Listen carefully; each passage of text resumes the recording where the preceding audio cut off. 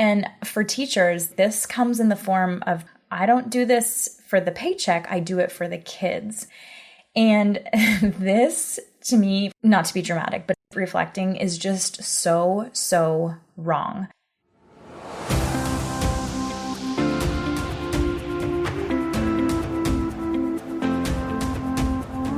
You are listening to the Beyond the Classroom podcast, a podcast for burnt-out teachers who know something's gotta give.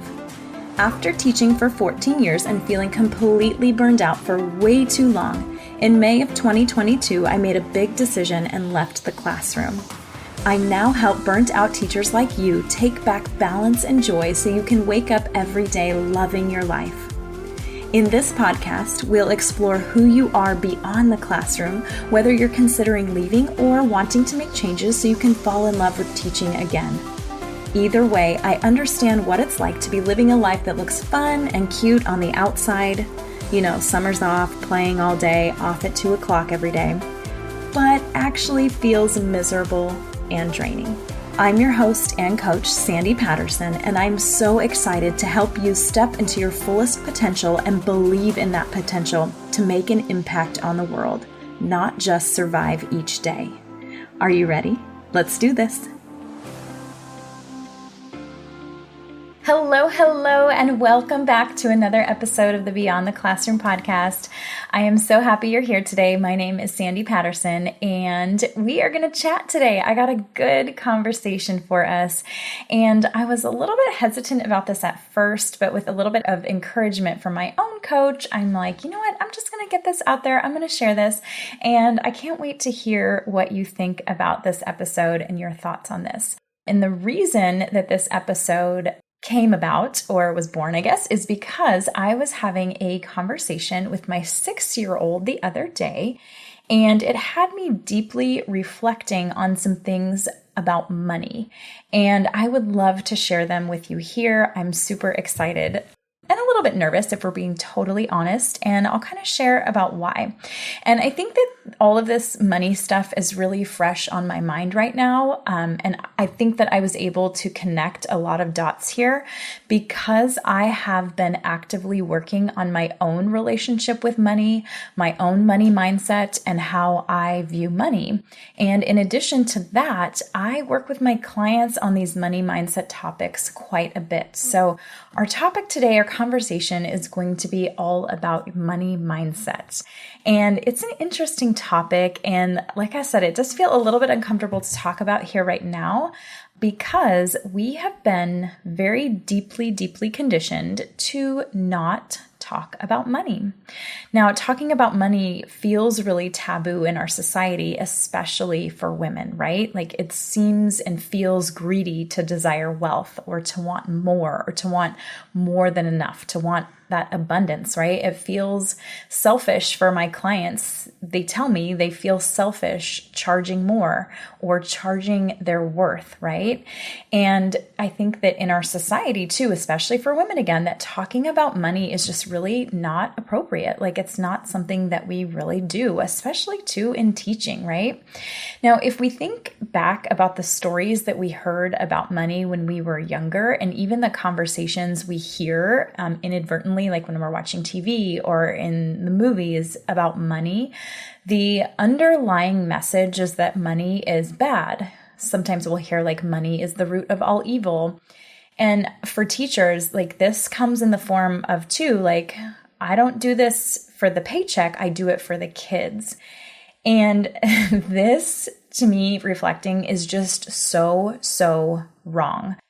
Not to be dramatic, but it's so wrong. And I think that teachers, of all people, should be getting paid an insane amount of money because we work insanely hard. And I think that society keeps us in a place where we don't want to ask for more, or we're not in a place to ask for more because we do it for the kids, right? And I've been out of the classroom for over a year now, but I'm still coming at this 100% from a teacher's point of view. And oftentimes we teachers are working from a scarcity mindset. There is literally never enough in teaching, right? There is never enough time. There is never enough money. There's never enough resources. There is never enough help. There is literally never enough. So we hold on to things really, really tight. Like when I was cleaning out my closet in my classroom, I think I had like a bag of pom-pom balls, like for art projects. It was like, over 10 years old. They were probably like dissolving, but we hold on to them so tightly because just in case, we might need them and we might not have the resources to get them again. So we hold on so tight to things. And this can bleed over into our own personal relationships with money. And before I started working on any of this, or before it was even brought to my attention, I was like, wait, what? Your relationship with money, what does that even mean? But whether you realize it or not, you have stories and beliefs about and around money. And until you can really start to dig these up and identify them and give them a name and start to reframe them, they will hold you back from moving forward, especially if you own a business and you are trying to make money. And many of the people that I work with, many of my clients, they are teachers and they're starting businesses. And this becomes a very, very uncomfortable piece, a very uncomfortable topic, a very, very uncomfortable thing to look at, because that's how it is in our society. But that's also why I think this conversation is so important, right? And I know it is because I know that because I am living proof of it, right? And I have clients that are working through these money issues, money mindset issues right now. And it's really messy and it's uncomfortable, like I said, and it can be icky. It can feel icky to uncover these beliefs. It's uncomfortable. But it's something that needs to be talked about, like I said, especially if you have a business and you are trying to make money. Because you're making a business, or you've started a business initially because there's a greater purpose, of course. There's a bigger why that's really tied deeply to who you are, but it's also a business. The intention of a business is to make money, to make profit. And so this conversation has to be had.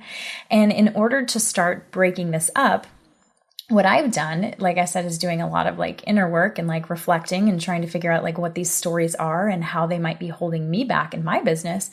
What I've done is I have intentionally started to put myself in spaces where it is okay and it's normal to talk about money. I am intentionally surrounding myself with women who are making a lot of money, more money than I could have ever imagined a year or two ago. And I think that in teaching too, it's difficult because you are kind of capped. There's no really where else to go. And so for a lot of my clients too, that's why they're kind of venturing out into this side hustle, this business where they're trying to see what the possibility is, because they don't want to be capped, right? We have these dreams and we need money to make these dreams possible. And that is okay. That is perfectly acceptable, right? And so, like I said, I've been intentionally surrounding myself with women who are making money and spaces where it's okay and it's normal to talk about money and where we celebrate making money, because making more money, like I said, means you're able to make more of an impact in so many different ways. And I also recognize too that I want to really change this for my own kids, this story, this narrative. So I really try not to shy away from talking about money with them.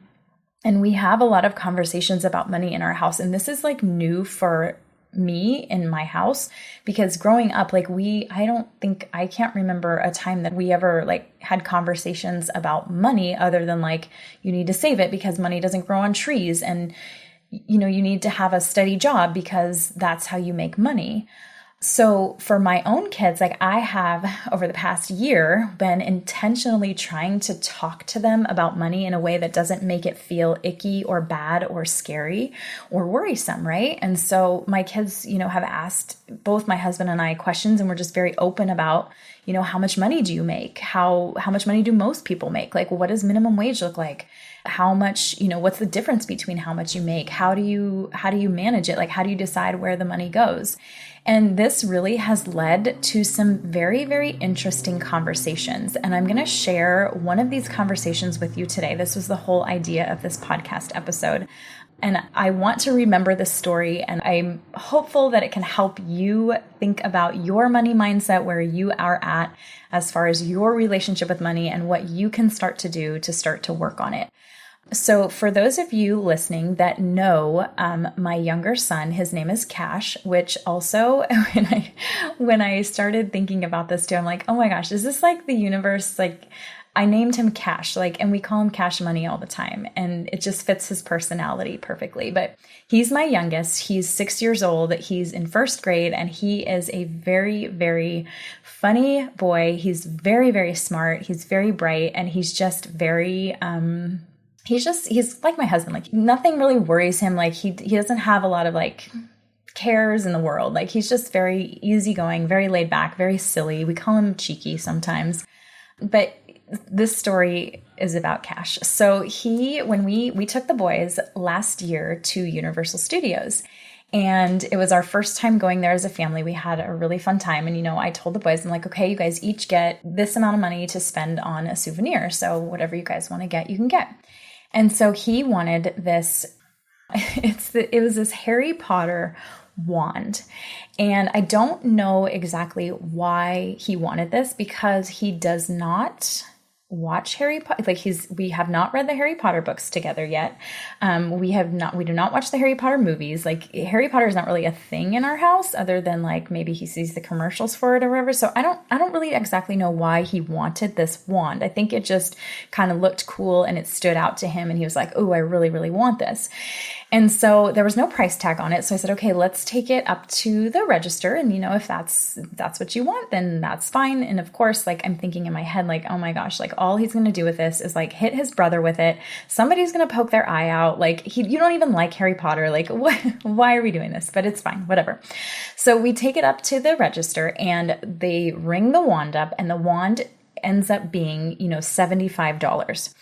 And I'm like, yeah, I don't think no, I don't think so, because number one, you don't really like Harry Potter. Number two, again, all I can picture is the eye gouging and just, drama. So I tell him, I go, you know what? We're going to wait on this one.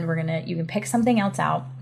And he really, really pushed back on me. And I still, to this day, I can't figure out why he wanted this one so bad. He really, really wants it. So he says to me, okay, so we put the wand back. The wand is back. We don't get the wand.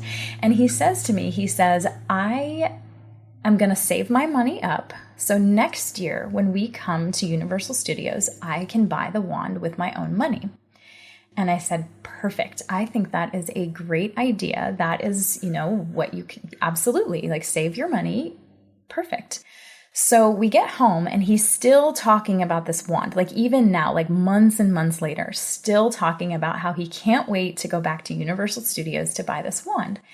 And we've taught them to, they know how to save their money. They know how to work for something and create something in order to get paid for it. And whether that be through chores or I'm going to talk about cash. So he decided he wanted to start this business. He's definitely very, very business minded. So he decides that he wants to create this bracelet stand. So it's basically just pipe cleaners that I had sitting around, and the little pony beads, right? So he's making all these bracelets, stringing the beads, tying them up, whatever. So I'm like, what are you doing? And he says, well, I'm going to put these out on the street, almost like a lemonade stand, kind of. I'm going to put these bracelets out, and I'm going to sell them to the neighbors. And then I'm going to, save my money up for this wand. I'm like, okay, let's do it. So he sets this all up. He has his little sign out. He prices his bracelets at $1. Perfect. He does not overthink this. He does not go back and forth and say, should I price them at 50 cents? Are they really worth $1? I don't know. Maybe I should do 75 cents. Do you think any of the neighbors are actually going to want to buy these from me? Do you think it's worth it? None of that. None of that. And if you own a business or if you provide a service, you know exactly what I'm getting at here. He did not go back and forth at all. He chose a price, a reasonable price, right? That he felt was reasonable. He felt this bracelet is worth $1. He priced him at $1. He put his little sign out. We set up a little thing by the mailbox and he left it out there. And sure enough, neighbors start buying the bracelets, right? So he starts bringing in this money. Basically, not to say that he's not doing anything, but it was a work on the front end, and then we set it out in the street, and then at the end of the day, he goes out there and he collects his money, right? Again, he was never overthinking. He did not spend 1 second overthinking or worrying about what he was going to price these bracelets at. Like he just said, these are worth $1. I know that. He believed it so deeply. There was no doubt in his mind. And then the neighbors started to pay. So he's, making more bracelets, making more money. He's pulling this money in at the end of the day and he's putting it in his wallet that he has and he's counting it out like, hey mom, like look how much I have. Look how much I have for my one. Look how much I have for my one. Okay. So the first lesson here from Cash is that we don't need to overthink it. Like he didn't waste any time overthinking his service, overthinking his pricing. He knew what it was worth. He just said, this is what it's worth. And then that is it. And he had this also like blew me away. He also had multiple, like we would be out in the front yard playing. And like, of course the neighbors would walk by and we'd be like, oh, hey, like, how's it going? And he would just, with no issue at all, no hesitation, run up to them and just be like, hey, would you guys like to buy a bracelet? And of course, some of the neighbors, the neighbors are all awesome. And he's so cute and he's 6. So like, it's hard to, of course, say no to him. But some of them said no. Some of them were like, no, thank you. Or maybe next time, whatever. When people told him no, like I would cringe inside.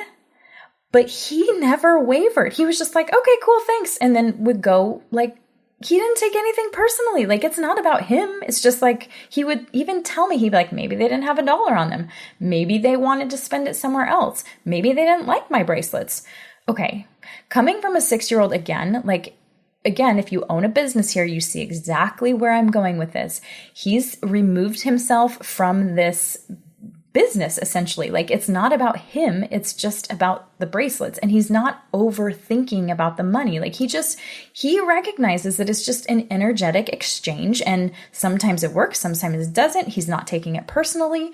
And that's fine. And he also knows too, like when one neighbor walks by and says, no, thank you, he knows there's going to be 5 other neighbors walking by at some point that day that might say yes. So it's not like when he got that first no, he like started crying and holed up and pulled his bracelet stand inside and said, I quit. I'm not doing this. Nobody wants my bracelets. Like he was just like, cool. Okay. No, have a nice day. Goodbye. And then here comes the next person, right? So again, in business, like owning a business, again, like we have a tendency to take everything really, really personally, right? When we get those no's or when we get those, what we view as a rejection, we take it personally, but it is not. It is not about us, especially when it comes to the money piece of it. And the other thing too is he's not uncomfortable to ask people for money. And this was another thing that I noticed and I was able to reflect in myself, because for me, like when I first started my business and I am essentially like selling a service and having to ask people for money, that felt very, very uncomfortable because I was never used to this. I'm not used to talking about money. I'm not used to selling something. I don't know how to go about this. It felt really, really uncomfortable and really awkward. But the work in this is debunking that and taking that awkwardness out of it and just saying, hey, this is what I offer. This is what I can do for you. Either you come along with me or you don't. And that's that, right? So another really great lesson there. And then so here's what happens. So he ends up saving all of this money for this wand, and he's almost got enough for this wand, which just blows my mind. Well, actually, so it doesn't blow my mind because he's doing it and he's consistently putting the bracelet stand out there. So it's consistently making, however much money every day. So he says to me, he notices he wants something else. And I can't remember what it is at the time, but it was probably like something like a Lego set or something. I don't know. We're at Target. Let's just say it's a Lego set. So he goes, but Mom, I have money in my wallet. And so like, how am I going to say no to that? And I remind him, I go, you know what though? If you spend your money here on this Lego set, like it's going to take away from your wand money essentially, right? Like, and I cannot even tell you, he looks at me like I'm like crazy. And he goes, but Mom, I'm just going to make more money. Like it was nothing. Like it wasn't like he needed to hold on to this money so hard because there might not ever be any more. He just looks at me like, hey, I'm going to make more. And he even said to me, I'm not even kidding, and I can't even make this up. He said to me, he goes, yeah, and by the time we go to Universal Studios, I'm going to have more than enough for that one. Like I'm going to have extra. And I was just like, you know what, Cash, you are right. Like you're absolutely right. Like money, there's so much out there, and it's almost like the tide, right? Like it ebbs and it flows and it comes in and it comes out, and you make it, you spend it. And he is not afraid to invest in himself, essentially. That's kind of how I look at it. When we hold on to what we have so tight, we don't have space. We don't create the space to make more and to really push ourselves outside of those limits and those boundaries. So that is my story with cash. And I think if you own, like I said, if you own a business or you're venturing out into the side hustle business world, these things will really speak to you. And if they don't yet, they probably will, especially if you're coming from that teaching background, right? So my big lessons learned here are, number one, I need to come at my relationship with money kind of like my 6-year-old does, and really just stop overthinking things, not to worry or not to be scared that there's not enough, that there's plenty out there. And the more that we invest, the more that we move, the more free we are with it, the more comes to us. The second lesson is that there's, like I said, plenty of money out there, and money is truly just an energy. It flows like the tide. It's all just an energetic exchange, and there is no shame in charging what you're worth and truly believing in it, right? And the third thing that I know from this conversation and from these reflections with cash is that you just have to do the inner work in order to free yourself from these old stories that are stopping you from receiving and making more money and reaching those goals that you so badly want to reach. You have to do the inner work. You just have to. So I'm super curious as I wrap this up today. I am very curious what comes up for you after this conversation. Has it brought to light any money stories maybe you have that you weren't aware of? Has it made you think about your relationship with money and where you're at? And has it helped you recognize too that you have work to do as well? Because we're all in this space of like just getting better, getting a little better than we were yesterday. And for me, it is really uncovering these stories around money. And I'm super appreciative that I was able to recognize like this story with my son Cash and kind of connecting it, because again, I admire how he comes at it from this space of like total confidence, and he's not overthinking, he's not worried. And he's so confident in himself and in his ability that I just feel like I need that as well. And you probably do too. So let me know, please reach out, share with me what came up for you, what questions you have. And I can't wait to hear what resonates with you from this, because I think it's a hot topic and it's not something that we talk about often. But again, if you are a business owner or if you're venturing into that world, you will resonate big time with this. So until next time, go out there, make some money, don't be shy, and I will see you again for the next episode next week.